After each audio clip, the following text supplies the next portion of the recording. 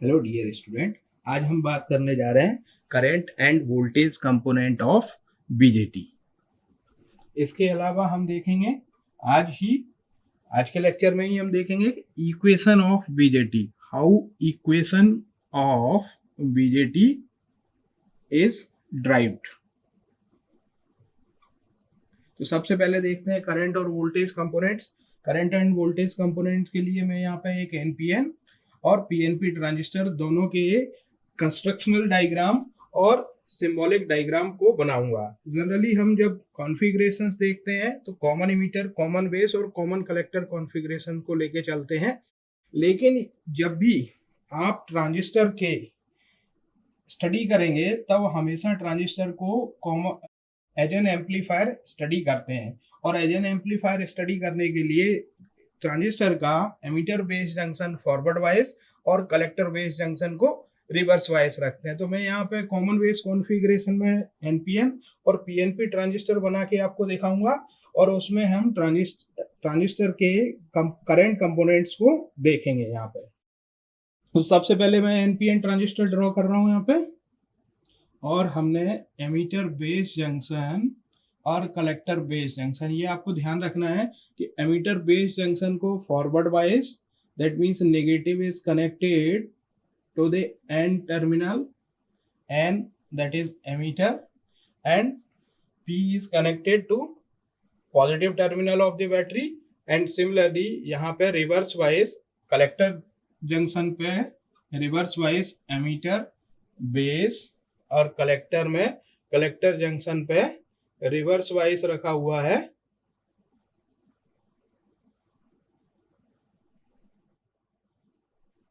ये मैंने NPN transistor के लिए कंस्ट्रक्शनल डायग्राम बना दिया है यहाँ पे। अब जैसा कि हम जानते हैं कि कन्वेंशनली जो flow of battery, flow of current है that is positive to negative.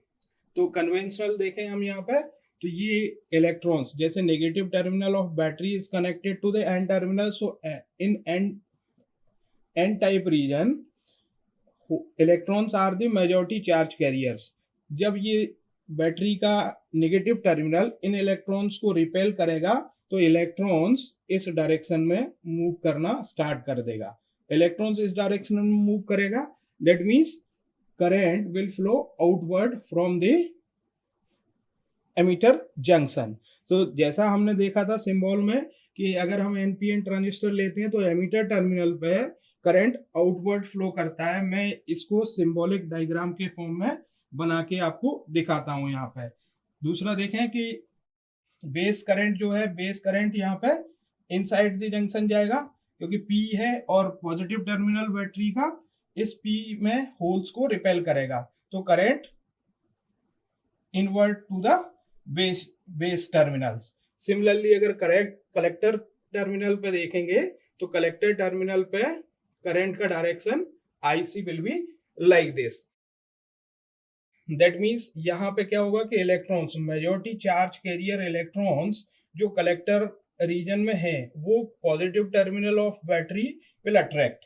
तो इस कारण से इलेक्ट्रॉन्स बाहर की तरफ आएंगे और करंट कन्वेंशनल डायरेक्शन में उसके अपोजिट डायरेक्शन में अंदर की तरफ जाएगा।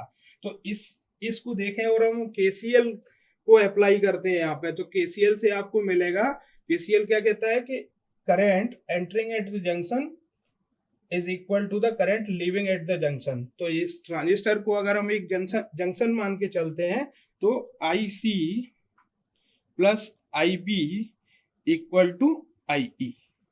देख सकते हैं इक्वेशन, और that is the transistor current equation. इसी को एनपीएन ट्रांजिस्टर के लिए कॉमन बेस कॉन्फ़िगरेशन है ये। इसको मैं यहाँ पे आपको सिंबॉलिक फॉर्म में ड्रॉ करके दिखाता हूँ। देख सकते हैं हम सिंबॉलिक फॉर्म में एमीटर टर्मिनल,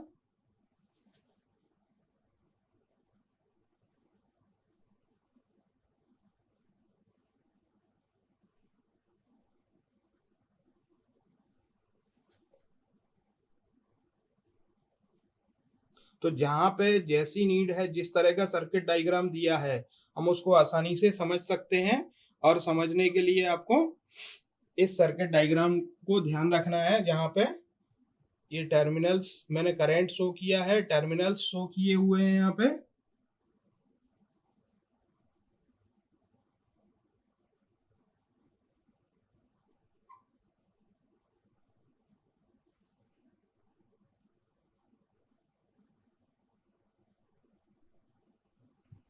फिर से देख सकते हैं यहाँ पे भी बेस टर्मिनल पे current inside the junction, emitter junction पे देखेंगे तो current outward towards the battery, and collector पे current is inside the junction. तो ये सिंबॉलिक डायग्राम हो गया एनपीएन ट्रांजिस्टर के लिए। अब हम पीएनपी ट्रांजिस्टर के लिए देखेंगे, वहां पे भी आप बैटरी की कॉन्फ़िगरेशन समझ सकेंगे किस तरह से की जा रही है बैटरी की कॉन्फ़िगरेशन। मैं यहाँ पे पीएनपी ट्रांजिस्टर के लिए ड्रॉ करने जा रहा हूँ।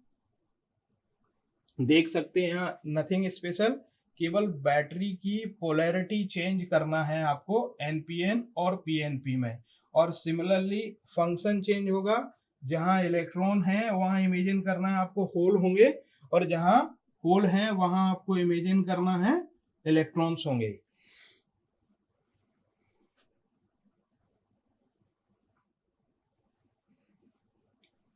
देखें पीएनपी ट्रांजिस्टर में एमीटर बेस जंक्शन को फॉरवर्ड वाइज किया हुआ, P is connected to the positive terminal of battery.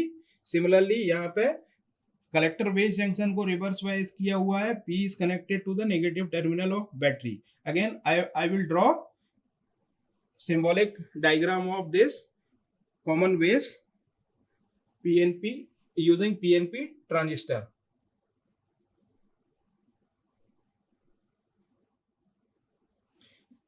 इस पीएनपी जैसा कि हमने एनपीएन ट्रांजिस्टर में किया था, इस पीएनपी ट्रांजिस्टर में भी हम देख सकते हैं केसीएल अप्लाई करके। तो आपको फिर से जब केसीएल अप्लाई करेंगे तब ये दिखाई देगा कि IE is equal to IC plus IB।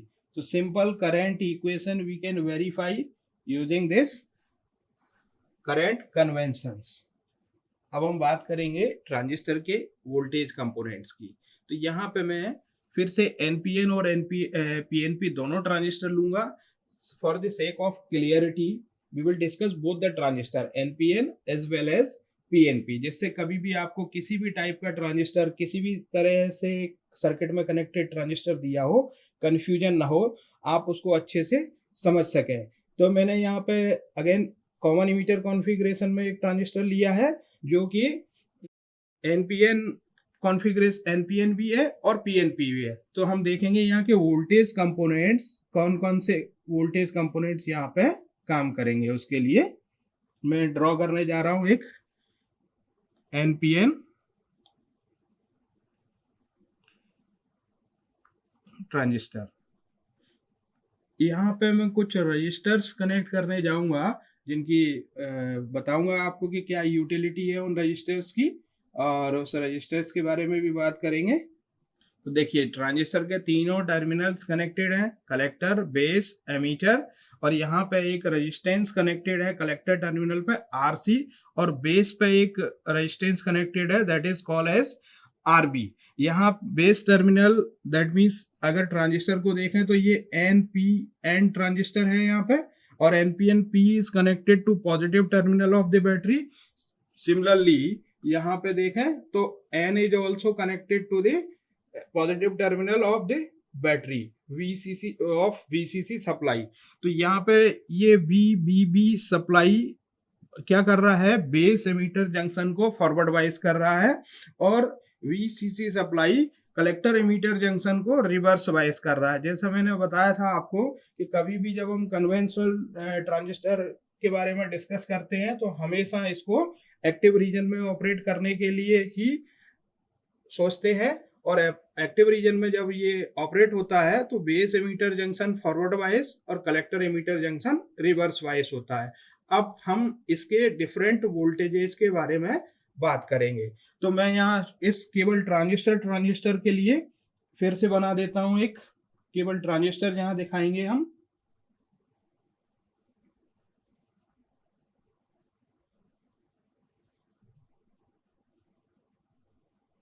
तो देखिए ये पॉजिटिव नेगेटिव, अगर बैटरी के कन्वेंशन से देखें तो P is connected to the positive terminal of the battery VBB, then positive negative, और this voltage is called V base emitter voltage, है ना। बेस और एमीटर के बीच में, that means emitter base junction is forward वाइज। Similarly VCB, और उससे पहले VCE देख लेते हैं, collector emitter voltage, that means यहाँ पे प्लस और minus VCE, reverse bias collector emitter. Similarly VCB, यहाँ VCB होगा। अब ये वोल्टेज है reverse bias voltage, as we know reverse we will provide some more voltage in the reverse bias, तो reverse bias voltage ज्यादा होगा, इस वजह से collector terminal will be more positive with respect to the base terminal. तो आपको voltage पता लग गए VCE, VBE और VCB। कैसे हमें ट्रांजिस्टर के सिंबल जहां दिया है या ट्रांजिस्टर का जहां सर्किट दिया है, तो आपको किस तरह से वोल्टेज को असाइन करना है वो हम यहाँ से देख सकते हैं। अभी मैं इसको NPN ट्रांजिस्टर बनाऊंगा। यहाँ पे NPN ट्रांजिस्टर हमने देखा है, अब हम PNP ट्रांजिस्टर बनाएंगे और PNP ट्रांजिस्टर से देखेंगे वो डिफरेंट वोल्टेज कंपोनेंट्स। तो देखिए यहाँ पे बेस एमीटर जंक्शन को फॉरवर्ड वाइज कर रखा है, N of the transistor is connected to the negative terminal of the battery, and P of collector, at the collector terminal there is a P region is connected to the negative terminal of the battery, that means collector emitter junction is reverse bias. Again in the symbolic diagram as the previous figure, we can draw symbolic diagram here. So we can see here symbolic diagram of PNP transistor. This will more negative and this will positive. तो ये हमने देखा यहाँ पे कि एक transistor circuit में NPN transistor और PNP ट्रांजिस्टर में किस तरह से वोल्टेज असाइन किए जाते हैं। मैंने कॉमन एमीटर कॉन्फ़िगरेशन लिया यहाँ पे। कॉमन एमीटर कॉन्फ़िगरेशन में NPN ट्रांजिस्टर में यहाँ पे देखा कि V base emitter voltage, V collector emitter voltage and collector base voltage, उनकी पोलैरिटी कैसे असाइन किया गया। यहाँ पे देखा हमने कि ये रिवर्स वाइज, ये forward base emitter junction is forward wise और collector emitter junction is reverse वाइज, but battery of collector emitter junction is more positive than the base emitter junction, so collector base voltage is positive at collector and negative at the base junction. Similarly यहाँ पे PNP transistor के लिए देख सकते हैं voltage convention. Now we will see transistor current component. जैसा कि हम जानते हैं कि ट्रांजिस्टर में मैंने आपको दिखाया हुआ है यहाँ पे कि बेस एमीटर जंक्शन को फॉरवर्ड वाइज कर रखा है।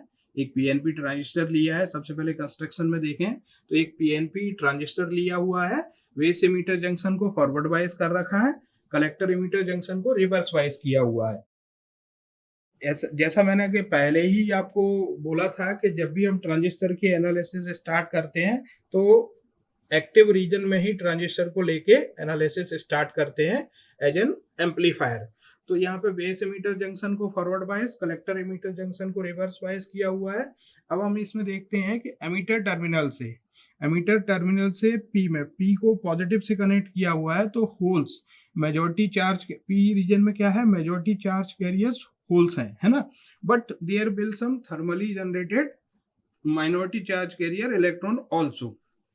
तो यहाँ पे क्या होगा कि P रीजन से मींस एमीटर रीजन से होल्स मूव करेंगे बेस रीजन में मूव करेंगे, क्योंकि बेस में इलेक्ट्रॉन्स हैं मेजॉरिटी चार्ज कैरियर्स और होल्स रहेंगे माइनॉरिटी चार्ज कैरियर्स। लेकिन जैसा कि हम जानते हैं कि हमने बेस रीजन को बहुत थिन बनाया हुआ है, इसके साथ इस बेस रीजन में कैरियर कॉन्सेंट्रेशन भी बहुत कम है, दैट मीन्स डोपिंग लेवल इसका बहुत कम रखा हुआ है। तो इस वजह से यहाँ कुछ चार्ज कैरियर्स रिकम्बाइन होंगे, जो बेस एमीटर रीजन से निकलने वाले मेजॉरिटी चार्ज कैरियर्स मतलब होल्स हैं, वो कुछ यहाँ पे रिकम्बाइन होंगे। और जो रिकम्बाइन होंगे वो फर्स्ट नंबर मैंने यहाँ डिनोट किया हुआ है, वो रिकॉम्बिनेशन करंट जनरेट करेंगे बेस रीजन में, रिकॉम्बिनेशन करंट जनरेट करेंगे, that will be a part of the base current. इस तो बहुत थोड़े से मेजॉरिटी चार्ज कैरियर्स यहाँ पे बेस रीजन में रिकम्बाइन होंगे और बाकी के most of charge carriers will cross through this base reason और वो कलेक्टर जंक्शन में पहुंचेंगे, कलेक्टर करंट कॉन्स्टिट्यूट करेंगे। तो जैसा कि हमने देखा था कि I E equal to I C plus I B, that means I E जो होगा वो उसके जो दो पार्ट होंगे, एक कलेक्टर करंट और एक बेस करंट। अभी इसको और हम डिटेल में देखेंगे, तब हम ये देखेंगे कि यहाँ पे कुछ इलेक्ट्रॉन्स भी होंगे, है ना, एमिटर रीजन के इलेक्ट्रॉन्स होंगे। वो इलेक्ट्रॉन्स कौन से इलेक्ट्रॉन्स होंगे? जो थर्मली जनरेटेड इलेक्ट्रॉन्स, या जिन्हें हम माइनॉरिटी चार्ज कैरियर्स भी कह सकते हैं। तो वो माइनॉरिटी चार्ज कैरियर्स मूव करेंगे इलेक्ट्रॉन्स, और उधर collector base junction reverse bias है। तो हम देख चुके हैं कि एक पीएन जंक्शन डायोड जब रिवर्स वाइस होता है तो reverse saturation current ICO, reverse saturation current flow करता है। तो मैंने यहाँ पे बनाया हुआ है एमीटर करंट नंबर 2 यहाँ लिखा हुआ है, देख सकते हैं। इलेक्ट्रॉन करंट, इलेक्ट्रॉन कौन है? माइनॉरिटी चार्ज कैरियर्स यहाँ पे। और तीसरा reverse saturation current, reverse saturation current कौन सा? Collector base junction reverse bias है, इसके कारण रिवर्स सैचुरेशन करंट फ्लो करेगा। तो इस तरह से हम देख सकते हैं कि emitter current is the combination of collector current and base currents. Again फिर से मैं इस इक्वेशन को वेरीफाई करने की बात करता हूं, तो हम देख सकते हैं कि I E is equal to I C plus I B, जिसमें I B is very less part of the I. अब यहां पे देखेंगे कि ये करेंट्स जो हैं IPE मींस एमीटर करंट का वो पार्ट जो होल्स के कारण फ्लो हो रहा है, और ये पार्ट कहां पे जा रहा है? IPC। IPC क्या है? कलेक्टर करंट का वो पार्ट जो होल्स के कारण फ्लो हो रहा है। और INE मींस एमीटर करंट का वो पार्ट जो इलेक्ट्रॉन के कारण फ्लो हो रहा है। तो यहाँ पे एक रेशो, जो इंपोर्टेंट रेशो है, IPE upon INE, that ratio, ये क्या है? Crossing the emitter junction is proportional to the ratio of the conducting of the P material to that of the N material, and the conductivity is proportional to doping level. If doping level is more, then conductivity is more. If doping level is less, conductivity will be less. Again यहाँ पे फिर से हम एक define करेंगे reverse recovery current को, ICO, reverse recovery current या reverse saturation current कहेंगे। तो ये कब होता है? जब IE equal to 0, emitter current equal to 0, that means base emitter junction से बैटरी को हटा लिया जाता है, ओपन सर्किट हो जाता है। उस समय पे ये एमीटर करंट 0 होता है और उस समय हम रिवर्स रिकवरी करंट फ्लो करेगा। यहाँ पे IPC इक्वल टू 0 होगा, क्योंकि एमीटर से एमिट होने वाले जो चार्ज कैरियर्स हैं वो कलेक्टर पर पहुंचेंगे नहीं, तो वो 0 होगा उस समय। तो ये IC यहाँ पे कह सकते हैं कि IC equal to IPC minus ICO। तो अब ट्रांजिस्टर इक्वेशन देखने के बाद हम करंट पैरामीटर्स की बात करेंगे, ट्रांजिस्टर के करंट पैरामीटर्स की। तो डिफरेंट करंट पैरामीटर्स में सबसे पहले देखेंगे हम इमीटर इफिशियंसी।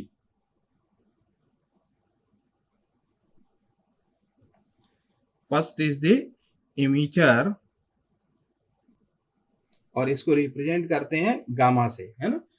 तो basically emitter efficiency is the ratio of current of injected carrier at emitter base junction to the total current, total emitter current. Basically दूसरे शब्दों में कहें कि जो एमीटर बेस जंक्शन पर इंजेक्ट होने वाले चार्ज कैरियर्स हैं उसका ratio with respect to the total emitter current. तो गामा को हम डिफाइन करेंगे तो gamma is the ratio of current of injected carriers at emitter junction divided total emitter current।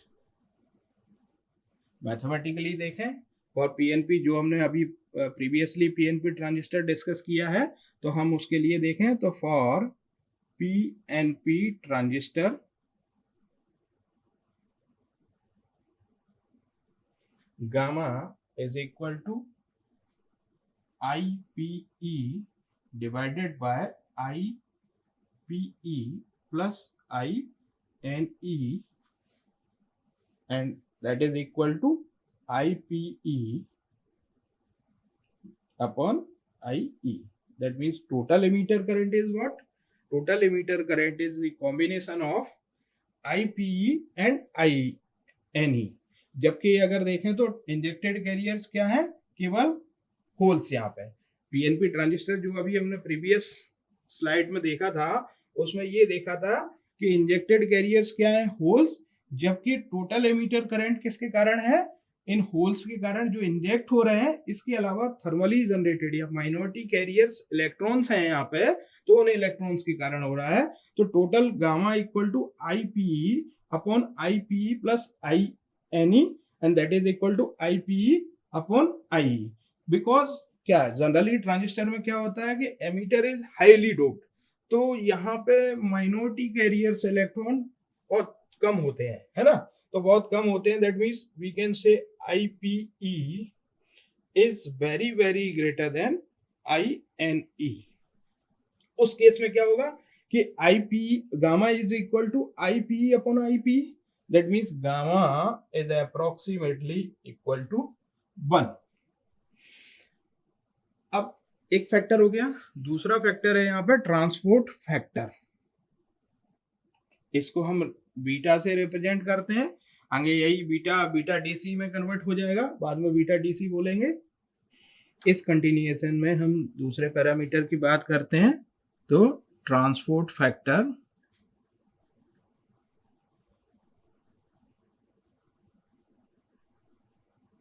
Beta. अभी transport factor beta, that means it is the ratio of the collector current to the base current, और इसको simply हम beta DC भी कहते हैं। तो it is the ratio of the collector current. तो simply beta DC is equal to IC upon IB।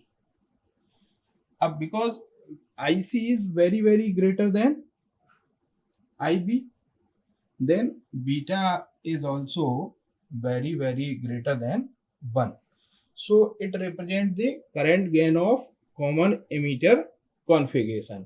Ratio of the, ध्यान रखना है आपको, बीटा DC, that means यहाँ पे जो मेजॉरिटी चार्ज कैरियर्स हैं, मेजॉरिटी चार्ज कैरियर्स एमीटर से निकल के कलेक्टर की तरफ जा रहे हैं, और कलेक्टर की तरफ जा रहे हैं वो बेस में रिकम्बाइन हो रहे हैं। तो एमीटर करंट जो कलेक्टर की तरफ जा रहा है, collector current divided by base में रिकम्बाइन हो रहे हैं, बेस करंट को फॉर्म कर रहे हैं, डिवाइड करते हैं जब उससे, तो ये बीटा DC का फॉर्मेशन होता है। यहाँ पे बीटा DC डिफाइन किया जाता है, जो कह सकते हैं हम कॉमन एमीटर करंट गेन। अभी इसकी देखें तो जैसा हमने लिखा है IC upon IB, IC is very very greater than IB, then beta is very very greater than 1। Similarly हम देख सकते हैं large signal current gain alpha, and it is also represented as alpha DC। It is the ratio of the collector current to the emitter current. Obviously it is the current gain of the common base configuration, and we can see that IC is less than IE। That means alpha DC or alpha, simply saying alpha is less than 1। तो यहाँ पे current gain for common base configuration is alpha, generally range from 0.95 to 0.95 to 0.99 and beta की जो range है वो depend करती है कि आप किस तरह का ट्रांजिस्टर लेने जा रहे हैं, उससे आपको मिलेगा, है ना। तो ये हमने देखा दोनों transport factor, large signal current gain, alpha DC और बीटा डीसी। जनरली किसी भी ट्रांजिस्टर में अल्फा डीसी और अल्फा एसी, बीटा डीसी और बीटा एसी सिमिलर वैल्यूज के होते हैं, बट माइनर चेंज हो सकते हैं उसमें न्यूमेरिकल वैल्यूज में। अब now we will see the relation between alpha DC and beta DC. तो बीटा डीसी अभी हमने देखा क्या है यहाँ पर डेफिनेशन से, beta DC equal to I C upon I B and alpha DC is equal to I C upon I E.